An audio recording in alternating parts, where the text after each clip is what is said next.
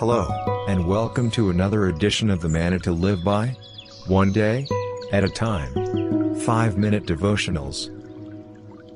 Today is April 9th. Today's reading is from Mathew 28:12-13. When they had assembled with the elders and consulted together, they gave a large sum of money to the soldiers, saying, "Tell them, his disciples came at night and stole him away while we slept." The Lord Jesus had no sooner risen from the dead, when his enemies began to fabricate an alibi to explain away the miracle.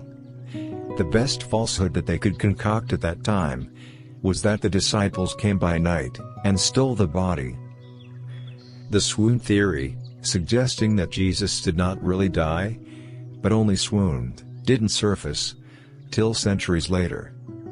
Unfortunately, for the theft theory, as for all the other theories, it raises more questions than it answers.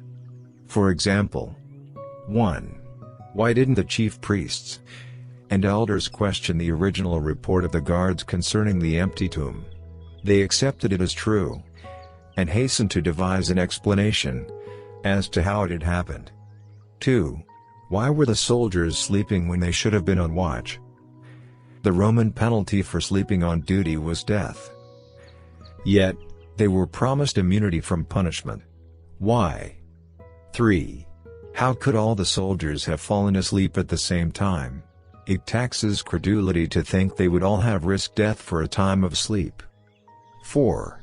How could the disciples have rolled a stone without waking the guards? The stone was large, and could not be moved noiselessly. 5. How could the disciples have moved the stone at all? In a typical Herodian-style tomb, the stone was rolled till it fell down into a lower slot. It was easier to seal such a tomb than it was to open it. Besides, the tomb had been made as sure as the Roman authorities were able to make it. 6. Is it likely that the disciples, recently so fearful that they fled for their lives, would have the courage to face the Roman guards and rob the sepulchre? They would know that such an offense was punishable by a severe sentence. 7.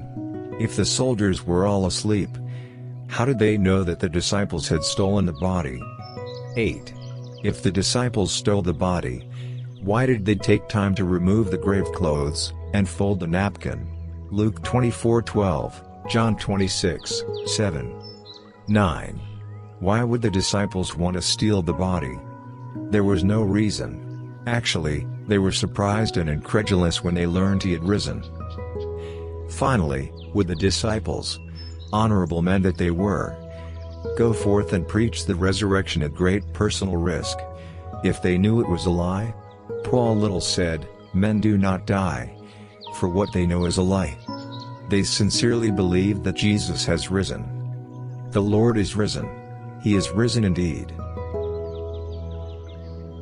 Let's pray. Heavenly Father, we thank you for the vicarious death of your Son, Lord Jesus Christ, on the cross of Calvary, and the subsequent resurrection and glorification. The devil and the world try to cover up the resurrection as fabricated, using foolish and hard-to-believe reasons.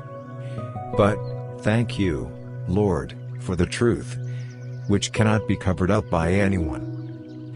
Thank you for giving us the grace to become beneficiaries of those truths. His death, his resurrection, and glorification. Help us continue to be witnesses of those blessed truths more powerfully in our lives. In Jesus' name, I pray. Amen. Thank you. Today's devotional, originally written by William MacDonald, adapted and developed for audio and video screen by John Benjamin. For previous days' devotionals, please click the channel link given in the description box below. Please share this video with your friends and contacts, if you think it could benefit them.